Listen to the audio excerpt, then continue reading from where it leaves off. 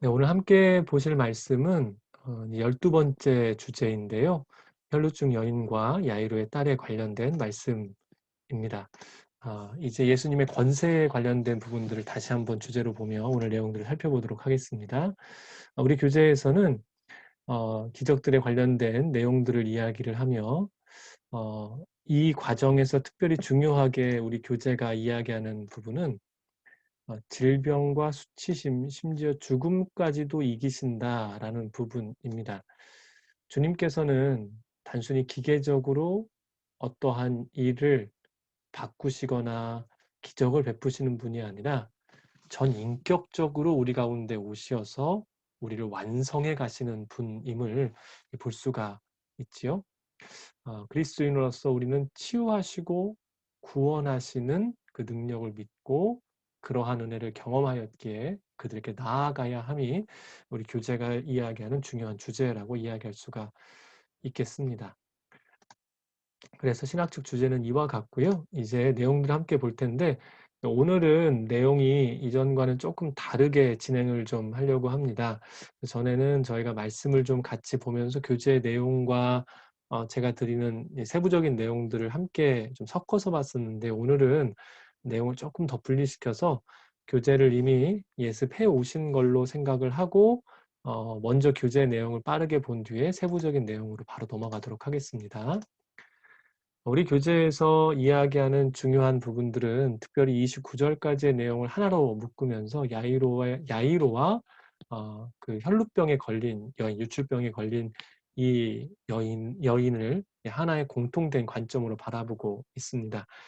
그 인물에 대해서 첫 번째로 살펴보면 절박하게 매달린 자로서 야이로는 절박했던 이유가 더 이상 사람의 방법으로는 할 수 없는 막다른 길에 다다랐기 때문입니다. 그리고 마찬가지로 예수님께 손을 댄 여인도 육체 질병으로 고생하였고 자신이 더 이상 할 수 없는 막다른 데까지 이르게 되었죠. 수치스러운 탓에 사회적인 시선 안에서도 굉장히 어려웠던 여인입니다. 그녀 또한 이러한 시간들을 통해 오직 예수밖에 없음을 고백하게 되었죠.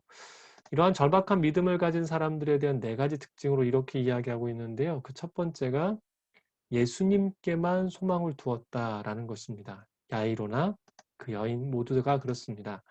둘째로 보게 되면 그들의 믿음이 절박했기에 여러분 이 부분을 잘 봐주십시오. 비타협적, 그러니까 뭐 타협하지 않는 다른 것을 바라보지 않고 오직 주님께만 집중하여 주님께만 소망을 두는 주님께만이라는 단어가 중요합니다. 세 번째는 집요함입니다. 예수님께서 계속해서 우리에게 요청하시는 것 중에 한 가지는 끝까지라는 단어입니다. 주님도 우리를 끝까지 사랑하셨고 기도하는 자들은 끝까지 기도해야 됨을 이야기하죠. 네 번째는 무엇입니까? 믿음은 기대감으로 이어졌다라는 것입니다. 그래서 이들의 자세는 분명히 나을 거라는 겁니다. 야이로도 예수님께 나아갔던 이유가 그저 여러 개의 방법 중에 하나가 아니라 고치실 수 있기에입니다. 그건 좀 이따 더 말씀드리고요. 여인도 마찬가지였죠. 여러 가지 상황이 그러한 것을 설명해 줍니다. 자, 이제 세부적인 내용으로 들어가 보도록 하겠습니다. 21절 함께 읽습니다. 예수께서 배를 타시고 다시 맞은편으로 건너가시니 큰 무리가 그에게로 모이거늘 이에 바닷가에 계시더니 21절에서 우리가 살펴봐야 될 게 한 가지가 있는데요. 21절의 소제목을 이렇게 적어봤습니다. 있지만 없는 사람들이라는 제목입니다. 우리가 이미 앞선 내용을 통하여서 마가복음 5장 이 앞의 내용은 이 거라사인들의 지역, 데가볼리 지역에 있었던 귀신 들린 자를 예수님께서 치유하고 돌아오셨습니다. 21절에 보니까요. 예수님께서 돌아오시자마자인 것 같습니다. 육지에 발을 대지도 못하시고 갈릴리 호수에 배를 그대로 대신 채로 사람들과 함께 하시는 것들을 볼 수가 있습니다. 참 놀라운 모습이지요. 실제로 이 데가볼리와는 전혀 다릅니다. 그들은 자신들이 키우던 엄청난 돼지떼, 수십억에 달하는 이 돼지떼가 갑자기 몰살하게 되자 금전적 손해와 두려움으로 인해 주님이 빨리 떠나가시기를 이야기했습니다. 하지만 돌아오시자마자 많은 사람들이 기다렸다는 듯이 모였고 주님은 호숫가에서 육지에 발을 대지도 못한 채 타고 있던 배를 조금 물리셔서 사람들과 함께 하셨습니다. 그런데요, 분명히 좋은 분위기인데 이상한 게 있다라는 것입니다. 성경을 잘 읽어보신 분들은 아시겠습니다만, 성경을 읽어보면 마을의 사람들이 오든 어떠한 이들이 오든 그들이 모였을 때에 주께서 무엇을 하셨는지에 대한 기록이 남아있는 경우가 많습니다. 그런데 방금 읽으셨던 21절이지요. 기억나십니까? 다시 한번 보도록 하겠습니다. 예수께서 배를 타시고 다시 맞은편으로 건너가시니 모였고 그냥 바닷가에 계셨다라는 겁니다. 이후의 말씀에도 봐도 모인 사람들에 대한 이야기가 나와 있지 않다라는 것이죠. 뭐가 이상합니까? 많은 사람들이 모였지만 이들에 대한 기록이 전혀 없다라는 것이 이상한 점입니다. 그래서 오늘 본문을 보게 되면 수많은 사람들이 예수님께서 배에 내리지 못할 정도로 모여 있음에도 불구하고 그들에 관련된 이야기가 전혀 없다라는 겁니다. 여러분, 이곳이 어디입니까? 여기는 데가볼리에서 건너온 가버나움이라는 곳입니다. 가버나움은 예수님의 주요 활동 무대였었고 많은 이적과 기사를 행하셨던 곳이었었죠. 그런데요, 예수님께서 이 도시에 대해서 하셨던 말씀은 기적과 이사를 베푸신 것에 비하여 전혀 다른 말씀을 하십니다. 마태복음 11장 23절입니다. 그리고 너 가버나움아 네가 하늘에 들려 올라갈 것 같으냐 아니다. 너는 저 음부까지 내려갈 것이다. 너에게 베푼 기적들이 소돔에서 나타났다면 그 도시가 오늘까지 남아 있었을 것이다. 가버나움, 이곳은 말씀드린 대로 예수님은 인기 스타였었습니다. 많은 이들이 몰렸습니다. 그런데 그들의 모습을 기록할 만한 내용은 없었고 오히려 두 명의 모습만 스쳐 지나가는 기록이라도 기록할 수 있었겠지만 그들의 기록은 없었고 그래서 진정한 역사는 없었다라는 것입니다. 여러분, 우리가 기억해야 됩니다. 주님은 우리에게 분위기를 강요하시거나 분위기를 원하신 적이 없습니다. 우리 또한 분위기를 따라 몰려가 분위기로 인해 어떠한 일들을 하는 것은 전혀 주 앞에 아무런 의미가 없다라는 것이죠. 주께서는 무엇을 보십니까? 중심입니다. 그래서 예수님이 돌아오시자마자 몰려있던 사람들에 대한 이야기는 전혀 없고 중심을 보였던 두 사람의 이야기만 기록되어 있습니다. 자, 그 두 사람의 모습 이제부터 시작이 되는데요. 22절 읽습니다. 그때 야이로라 불리는 회당장이 예수께 와서 예수를 보고 그 발 앞에 엎드려. 발 앞에 엎드렸습니다. 야이로란 사람이요. 저는 야이로가 나타나기 전까지의 이 상황을 잿빛이 가득 찬 곳이라고 생각해 보았습니다. 수많은 사람들이 모였지만 생명력 있게 주 앞에 나온 사람이 없다라는 겁니다. 한 사람이 등장하는데 새로운 빛이 있습니다. 바로 야이로라는 사람입니다. 야이로를 회당장이라고 소개하고 있지요. 여러분, 회당이라는 곳은 어떤 곳입니까? 많이 들어보셨겠습니다만 이 지역사회의 예배의 지역사회의 중심지이고 지역의 사회에서 예배를 드리는 예배의 중심지이기도 했습니다. 그래서 유대는 회당 문화로 이루어진 곳이 유대입니다. 특별히 주중에는 유대의 소년들, 여자아이들은 못 들어갔고요. 구약과 율법과 유대교에 대해서 주중에 배웁니다. 안식일에는 유대인 남자들이 모여서 성경을 봉독하고 사두개인들, 랍비들을 통하여 그 해석을 들었던 것, 그 예배를 드렸던 곳이 바로 이 회당이라고 이야기를 할 수가 있습니다. 그렇다면 회당장은 뭐 하는 사람일까요? 그러한 예배를 주관하고 순서를 짭니다. 그리고 이러한 일들을 할 수 있는 주관자들을 발탁합니다. 당연히 회당이라는 건물도 관리하고 그들에게 전해져 오는 성경 두루마리 본을 관리합니다. 그리고 회당으로 들어와 어려운 이들에게 쓰라라고 주는 구제품을 분배하여 어려운 이들을 실질적으로 돕는 일도 합니다. 앞서 말씀드린 주중에 열리는 학교도 운영하고요. 회중, 그 마을 전체 사람들이 하나님의 율법을 잘 준수할 수 있도록 강화하고 돕는 일들을 합니다. 그런데 이 회당장이 특별한 것은 레위인들, 곧 제사장과는 달리 일반인들 중에서 선출합니다. 그래서 회당장은 단순히 어떠한 직함을 가진 자가 아니라 덕망과 존경의 대상, 입니다. 그리고 또한 이들의 한 가지 특징은 바리새인들과 협력 관계에 있다라는 거죠. 당연합니다. 이 바리새인들은 율법에 가장 능한 자들이었고 율법을 준수하고 강화하며 율법 안에서 모든 일들을 행해야 했던 회당장은 바리새인들과의 돈독한 협력 관계 가운데 있었고 실제로 전에 말씀드렸습니다만 바리새인들은 이스라엘 사람들에게 본래 존경받았던 그룹이기도 했었습니다. 자, 그런데 그 회당장이 어떻게 합니까? 야이로가 예수님의 발 앞에 엎드렸습니다. 이미 많이 들으셨겠습니다만 발 앞에 엎드렸다라는 것은 왕을 대할 때 보이는 태도입니다. 왕에게만 보이는 태도가 발 앞에 완전히 꼬꾸라지는 모습입니다. 회당장 중에서는 성경에서 최초이자 어쩌면 마지막일지도 모르겠습니다. 자, 그런데 이때 중요한 게 한 가지가 있습니다. 마을 사람들이 과연 어떤 느낌을 가졌겠느냐입니다. 아마 이곳은 그 마을에 가장 가까운 회당이었을 것으로 예상을 하는데요. 그 회당장이 수많은 마을 사람들이 모여있는 그곳에 가장 덕망 있고 존경받는 그가 예수님 앞에 왕 앞에서나 보일 법한 모습으로 넙죽 엎드려 있는 모습을 보고 마을 사람들은 어떤 감정을 느꼈을까요? 동네의 가장 큰 어른이라고 이야기할 수 있는 회당장의 행동은 충격적이었을 것입니다. 반대로 말하면 그 행동을 야이로가 하기에는 너무나 어려운 행동이라는 것 있죠. 이 얘기 많이 들으셨죠? 실제로 그렇습니다.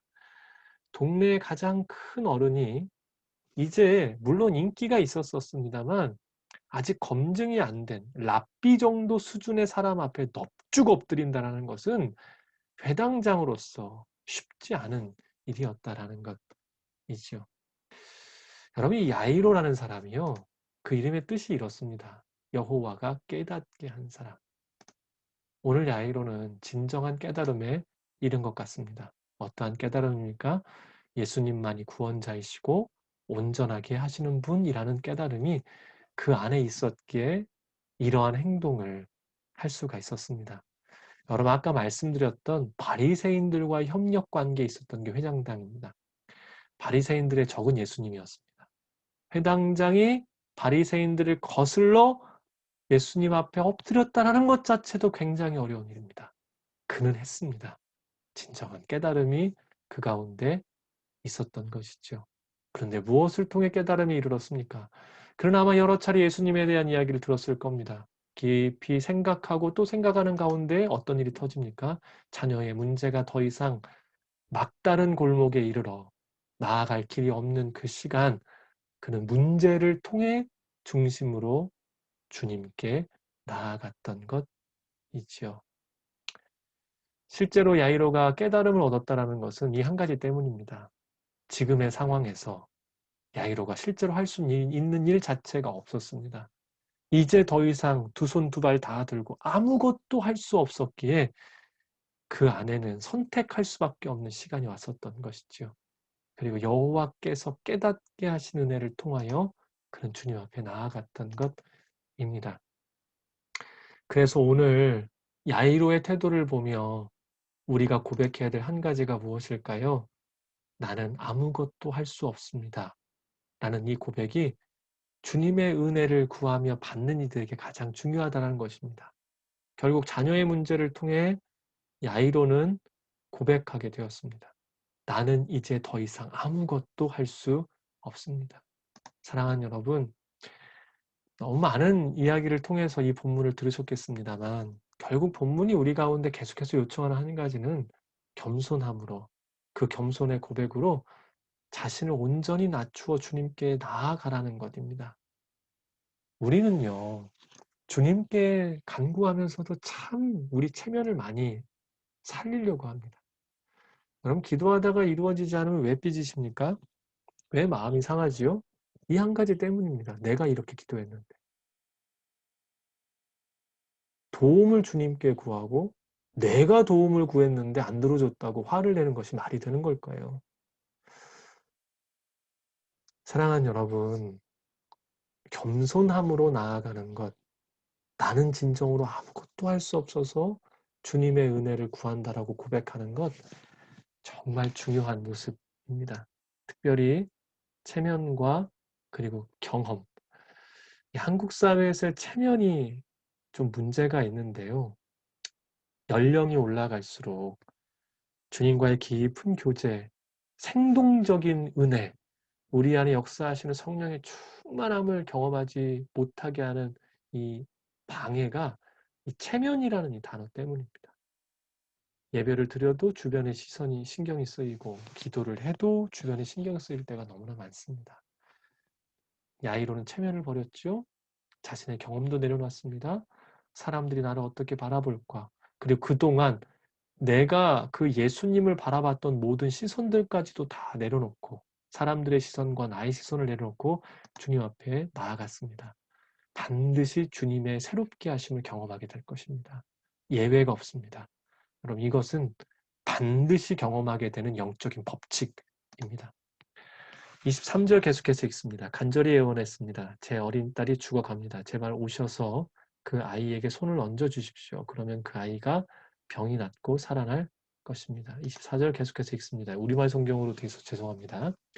그러자 예수께서 그와 함께 가셨습니다. 많은 사람들이 따라가면서 예수를 둘러싸고 밀어댔습니다.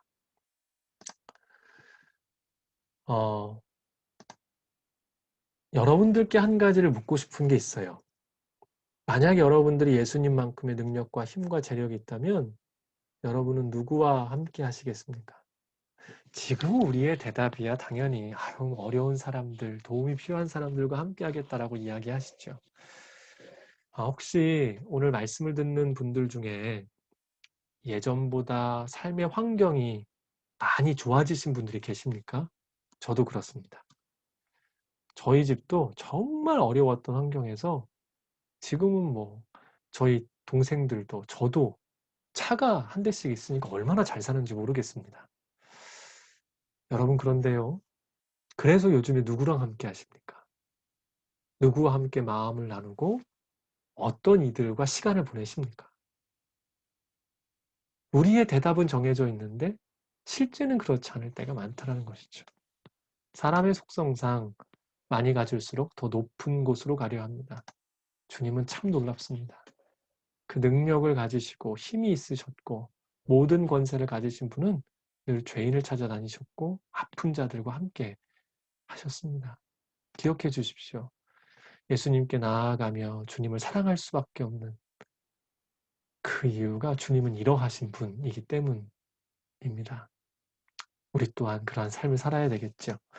계속해서 27절, 28절 읽도록 하겠습니다. 이제 본문은 야이로에서 혈루병 걸린 여인으로 넘어갑니다.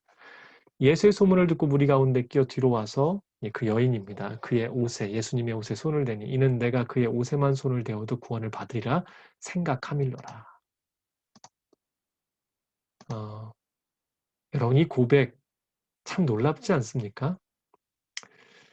한 번 더 보도록 하겠습니다. 이 여인의 고백이 참 놀라운데요. 뒤로 와서 옷을 손을 댔는데요. 이렇게 표현하는 내가 그의 옷에만 손을 대어도 구원을 받으리라. 참 놀랍습니다.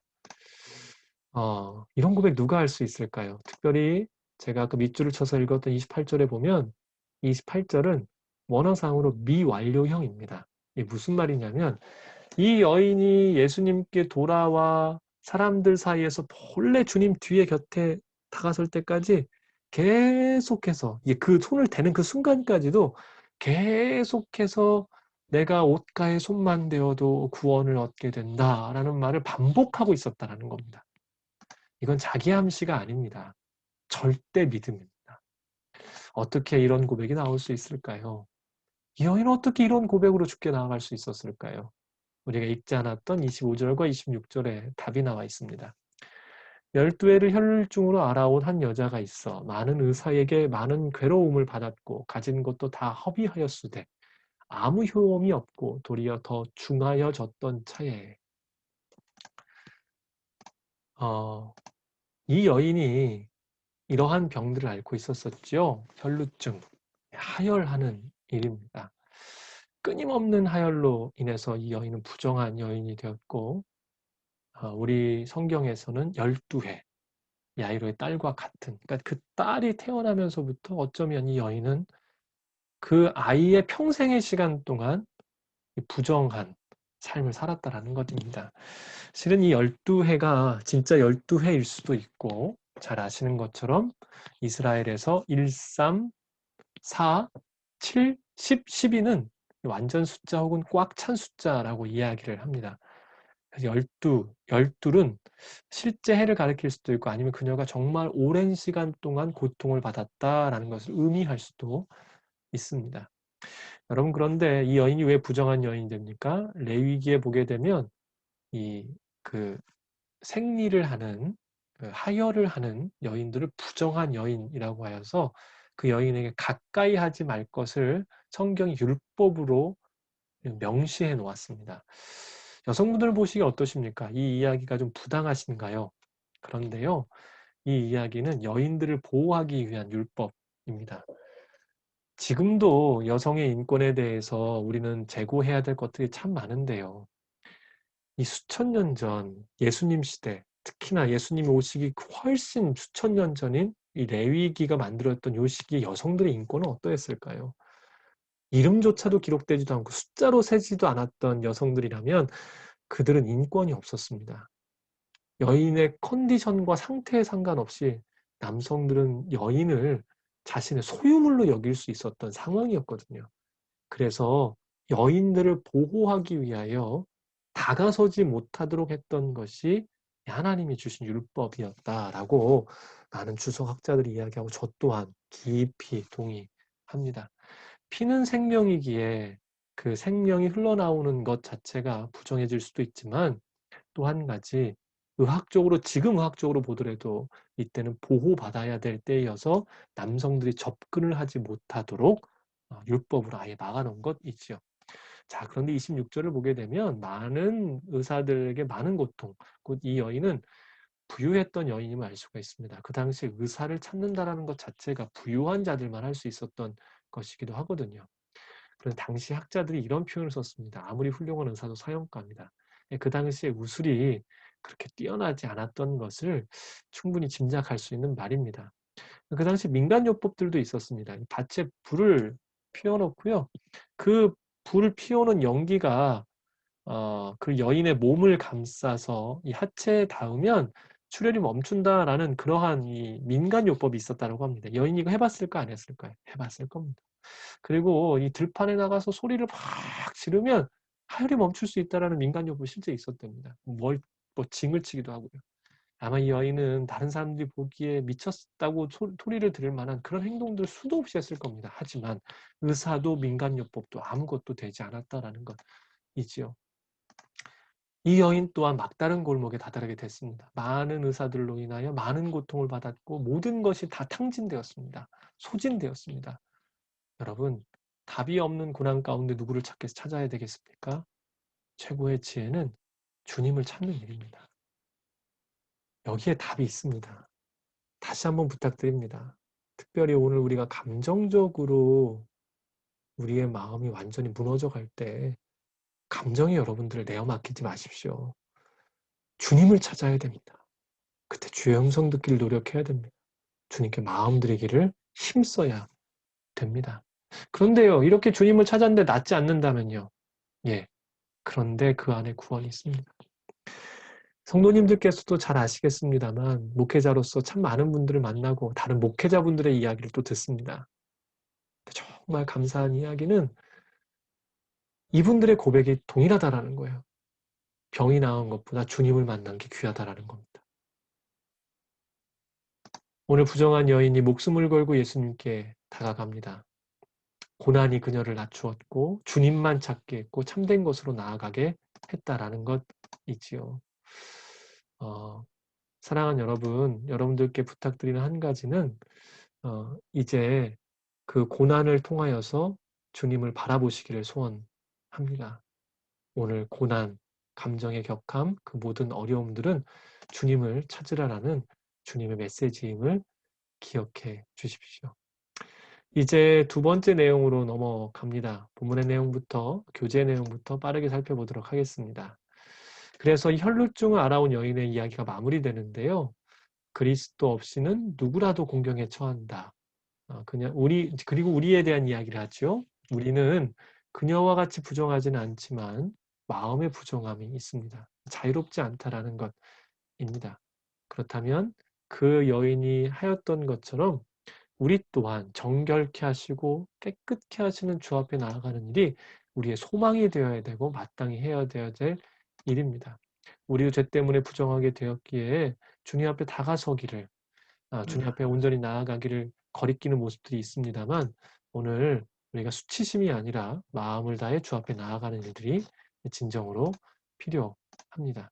자, 이제 교재 내용을 조금 더 말씀을 통해서 세부적으로 좀 보도록 하겠습니다. 29절 30절입니다. 이에 그의 혈루근원이 곧 마름에 병이 나은 줄을 몸에 깨달으니라. 예수께서 그 능력이 자기에게서 나간 줄을 곧 스스로 아시고 무리 가운데 돌이켜 말씀하시되 누가 내 옷에 손을 대었느냐 하시니. 여인은 병 나음을 이미 경험했습니다. 알 수가 있었습니다. 참 감사한 일입니다. 그런데 주님은 그 여인을 찾으셨어요. 왜요? 그 여인을 위해서였었습니다. 왜 그러신 줄 아시죠? 부정했던 여인이 공개적으로 나음받았다는 것이 드러나지 않으면 행여 그 여인이 만약 군중 사이로 돌아다녔다는 이야기가 돌게 되었을 때 여인이 감당할 수가 없게 됩니다. 실제로 부정한 이가 사람들 사이에 들어가 그와 같이 헤집고 다니기 시작하면 그것도 일상적인 모습에서의 부정함이 아니라 수년간의 부정함을 가진 여인이 그와 같은 모습을 보였다면 이건 굉장히 분노를 살 만한 일이고 그 여인의 생명이 위태로운 일이었기 때문입니다. 그런데 오늘 이 본문을 통해서 우리가 물어야 될 한 가지가 있습니다. 사랑하는 여러분, 우리는 성도입니까? 군중입니까? 여인뿐만이 아니라 수많은 사람들이 예수님의 옷깃을 스쳐갔었을 겁니다. 만졌을 겁니다. 예수님 옷깃뿐만이겠습니까? 예수님은 그 당시에 슈퍼스타였었는데요. 마치 연예인들을 보듯이 수많은 사람들이 몰렸을 것이고 주님을 만져보기 위해서 수많은 손들이 왔다 갔다 했었을 겁니다. 하지만 그 여인의 만짐만이 주님께 의미가 있었습니다. 오늘 우리에게 그래서 요청되는 게 있습니다. 성도라면 주님께서 마음을 두실 만한 만짐으로 오늘 우리가 주 앞에 나아가야 된다라는 것이지요. 우리는 오늘도 여전히 수많은 예배와 경건의 시간을 통해 주님께 나아갑니다. 여러분께부터 물어보겠습니다. 우리 안에 새로운 일들이 있습니까? 옷깃만 만져도 구원이 말 것이다 라고 말했던 그 여인과 같이 주님 앞에 나아가는 우리 안에 아침마다 새롭고 늘 새로우신 그 주님의 은혜가 있냐라는 겁니다. 우리는 예배를 통해서 이런 마음이 들 때가 있습니다. 어떤 이들에게 큰 은혜가 임하면 왜 그만 사랑하시는가? 나는 사랑하지 않는가? 사랑하는 여러분, 그건 그만 사랑하시는 게 아니라 군중인가 성도인가의 차이일 뿐입니다. 예배를 드릴 때 군중으로 있지 마십시오. 수많은 군중들이 있었지만 앞서 21절에서 말씀드렸죠. 오늘 이야기에 기록된 이들은 안타깝게도 단 2명뿐입니다. 왜 그랬을까요? 진실한 중심이 필요합니다. 주님의 옷깃을 만짐을 주께서 의미 있게 받아들이실 수 있는 우리의 중심이 주 앞에 드려져야 된다라는 것입니다. 군중으로 있지 않기를 부탁드립니다. 성도로 나아가 주십시오. 쟤들이 여짜오되 무리가 메어싸 미는 것을 보시며 누가 내게 손을 대었느냐 물으시나이까 하되 예수께서 이 일을 행한 여자를 보려고 둘러보시니. 여인은 숨고 싶었죠. 하지만 주님은 찾고 기다리셨습니다. 이유는 앞서서도 말씀드렸습니다만 더 중요한 이유가 기다리고 있습니다. 그런데 여기서 먼저 우리의 모습을 좀 살펴봐야 됩니다. 많은 이들이 능력은 원하지만 나를 주님 앞에 숨기기를 원합니다. 나는 그저 지금의 어려움만 해결됐으면 좋겠습니다. 지금의 부정함만 해결됐으면 좋겠습니다. 내가 원하는 능력만 받기를 원하는 것이 많은 이들의 모습이지요. 하지만 주님은 그 능력을 통해 무엇을 원하십니까? 우리 자신을 원하십니다. 그래서 주님은 그녀와 대화를 시도하셨고 그녀와의 인격적인 관계 안으로 들어가십니다.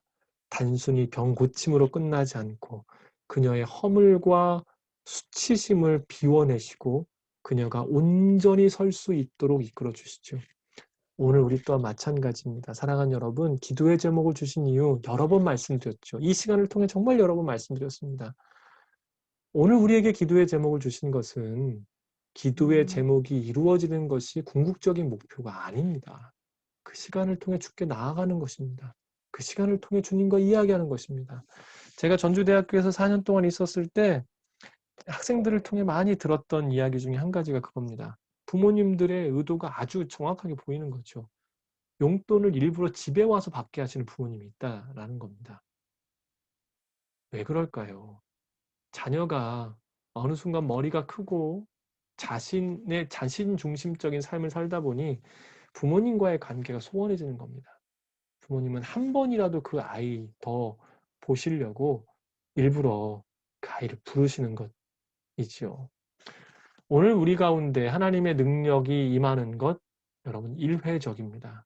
하지만 그 일회적 능력을 통하여 주님과 만남을 갖고 이야기하고 대화를 나누면 그 관계는 영원토록 지속됩니다. 그런데 중요한 한 가지가 있습니다. 드러내야 된다는 겁니다. 주님 앞에 나를 드러내야 된다는 겁니다.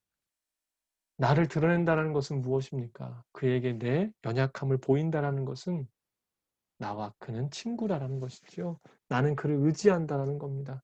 그래서 나는 그와 친밀해졌다는 것입니다.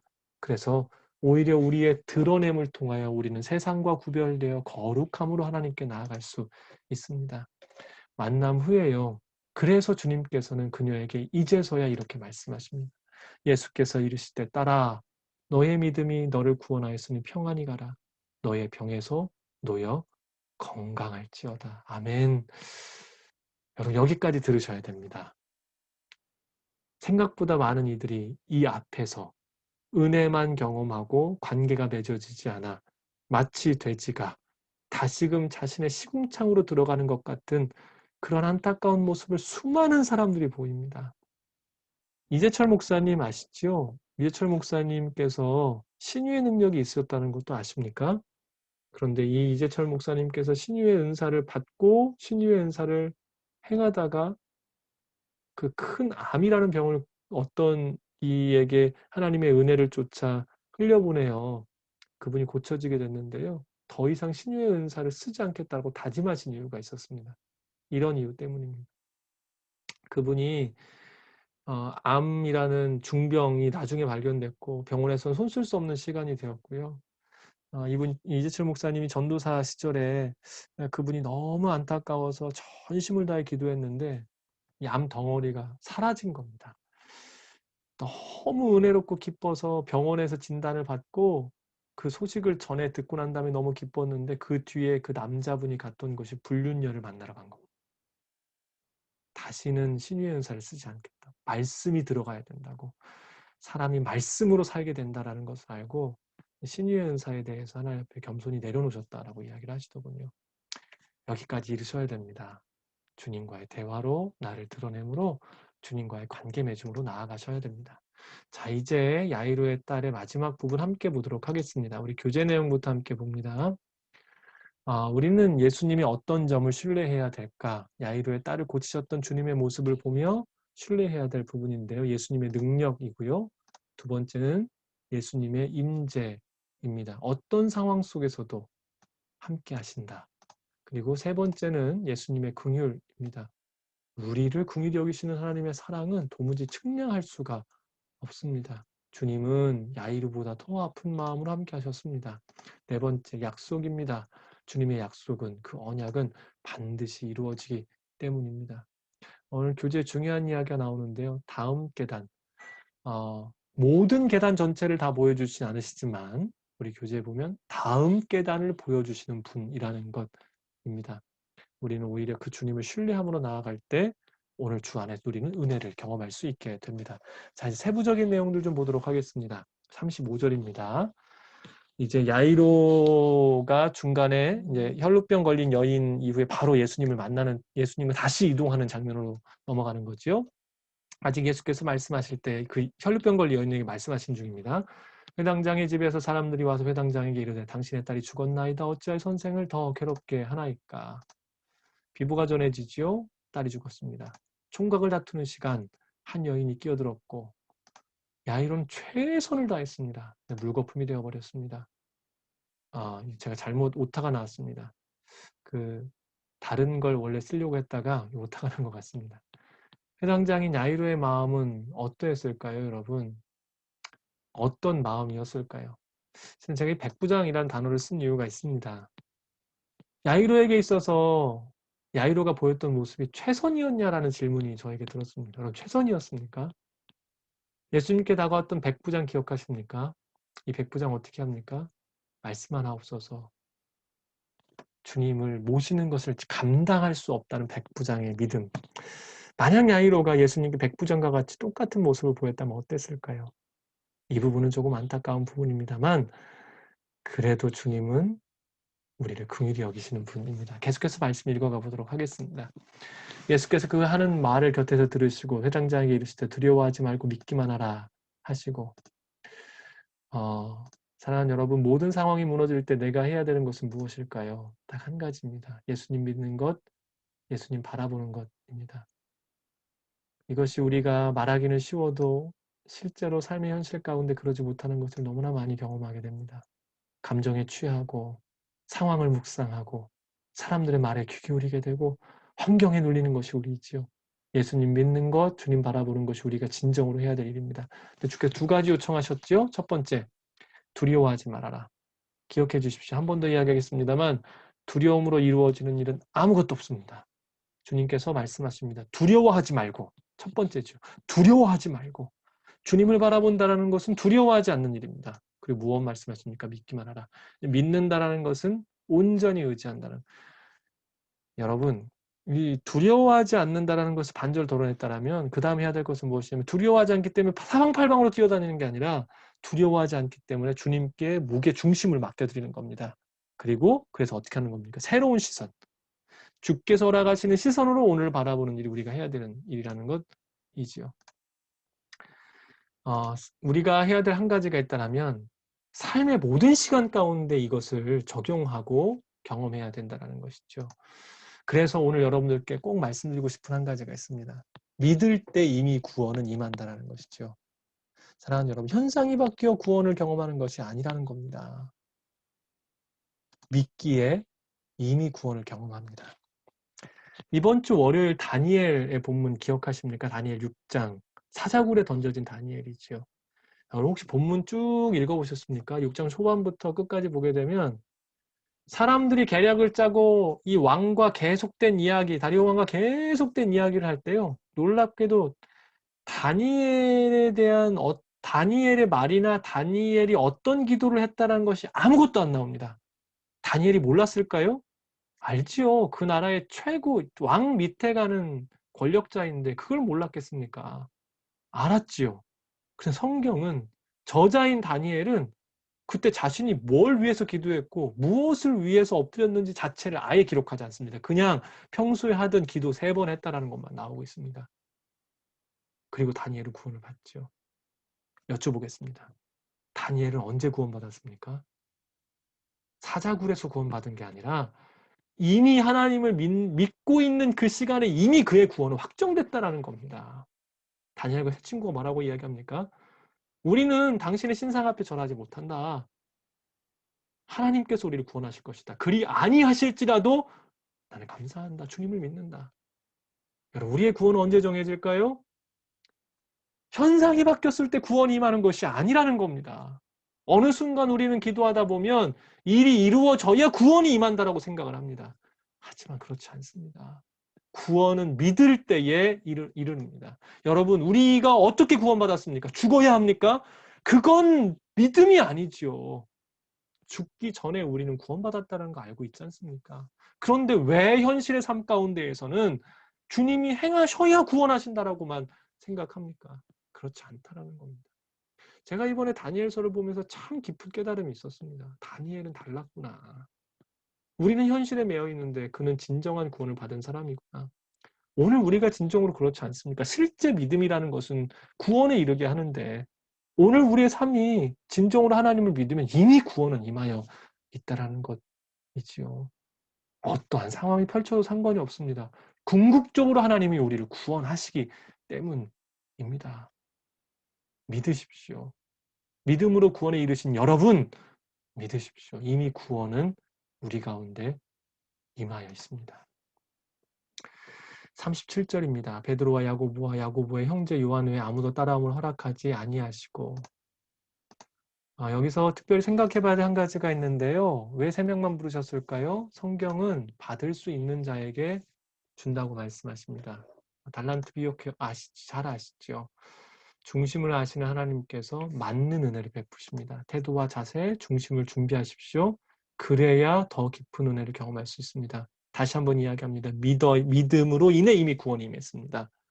우리는 반응하는 자들이 아니라 믿음으로 인해 이미 구원을 받은 자들입니다. 태도와 자세와 중심을 준비하십시오. 38절입니다. 회당장의 집에 함께 가사 떠드는 것과 사람들이 울며 심히 통곡함을 보시고. 그런데 이 와중에 세상은 어떻게 합니까? 세상은 큰 일을 대할 때 떠들고 울며 통곡합니다. 왜요?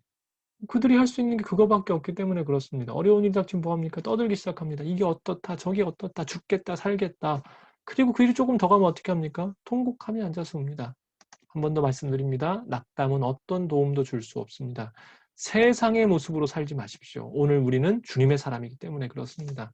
세상의 모습 두 번째가 40절에 나옵니다. 그들이 비웃더라. 예수께서 그들을 다 내보내신 후에 아이의 부모와 또 자기와 함께한 자들을 데리시고 아이 있는 곳에 들어가사. 세상에 속한 자들은 또 한 가지 무엇을 합니까? 비웃는다는 겁니다. 교만합니다. 능력도 없는데 교만합니다. 그리고 교만하기에 믿지 않아 비웃습니다. 우리가 주의해야 될 것이 바로 이 부분입니다. 우리 또한 비웃지 않는지, 우리 또한 정말 비웃지 않는지, 누군가의 이야기 앞에 안 된다라고 생각하지 않는지, 그들의 헌신을 바람을 비웃지 않는지 생각해보고 돌아봐야 합니다. 비웃었던 자도 어떻게 됐습니까? 다 나가라고 말씀하십니다. 하나님의 영광의 자리 쫓겨났습니다. 비웃는 자들은 쫓겨나게 되었습니다. 낮추고 믿고 바라야 합니다. 자, 그래서 예수님께서는 이 비웃고 떠들고 우는 자들 사이에서 뭐라고 말씀하십니까? 39절이죠. 들어가서 그들에게 이르시되 너희가 어찌하여 떠들며 우느냐? 이 아이가 죽은 것이 아니라 잔다 하시니. 예수님께서 말씀하십니다. 너희가 어찌하여 떠들며 우느냐? 여러분들 이 말씀이 우리가 이미 공부하였던 말씀과 비슷하지 않습니까? 예수님께서 풍랑을 잠잠하게 하셨던 그 기적의 사건, 우리 이 좀 앞에 나와 있었던 교재 내용인데요. 그때 풍랑을 잠잠하게 하시고 뭐라고 말씀하십니까? 어찌하여 이렇게 무서워하느냐? 왜 이렇게 무서워하느냐? 이게요. 오늘은 제자 아닌 이들에게지만 이 앞서서는 제자에게들에게도 이렇게 말씀하셨다는 것 생각하셔야 됩니다. 그런데요. 오늘 우리는 울 수도 있습니다. 통곡할 수 있고 소리 지를 수 있습니다. 중요한 것이 무엇일까요? 방향이라는 겁니다. 누구를 향하여 울고 무엇을 향하여 소리 지르냐라는 것입니다. 세상은 사람들에게, 환경에게, 감정을 향하여, 여건을 향하여 울고 소리 지르지만 오늘 우리는 주님을 향했을 때 주님은 그것을 들으시고 응답하십니다. 방향을 바꿔 주십시오. 이제 41절, 42절 읽습니다. 그 아이의 손을 잡고 이르시되 달리다굼 하시니 번역하면 곧 내가 너에게 말하노니 소녀야 일어나라 하십니다. 소녀가 일어나 걸으니 나이가 12살이라 사람들이 곧 크게 놀라거늘 죽었던 아이가 살아났지요. 이 일이 왜 가능합니까? 하나님 천지를 말씀으로 창조하신 분입니다. 아멘. 사랑하는 여러분, 하나님 천지를 말씀으로 창조하셨습니다. 이 일은 너무나 당연한 일입니다. 예수 그리스도가 명령하셨는데 살아나지 않는 것이 이상하지요. 우리 또한 이 고백이 있습니다. 소녀뿐만이 아니라 우리도 새로운 피조물로 창조되었습니다. 그래서 우리가 고백하는 것이 무엇입니까? 하나님께서 오늘도 죽은 자들 살리신다라는 겁니다. 엎드리십시오. 그리고 믿기만 하면 주님이 행하실 것입니다. 그래서 오늘 여러분들께 부탁드리고 이야기하고자 하는 한 가지가 있습니다. 누군가를 위해 오늘도 엎드려 기도하고 계십니까? 특별히 가족의 일원의 영혼을 위해서 엎드려 기도하십니까? 죽은 자를 살리셨던 그 예수님께서, 이 소녀를 달리다고 말씀하시며 살리셨던 예수님께서 반드시 그들도 살리실 것입니다. 끝까지 기도하십시오. 두려워하지 말고 믿기만 하여라 말씀하십니다.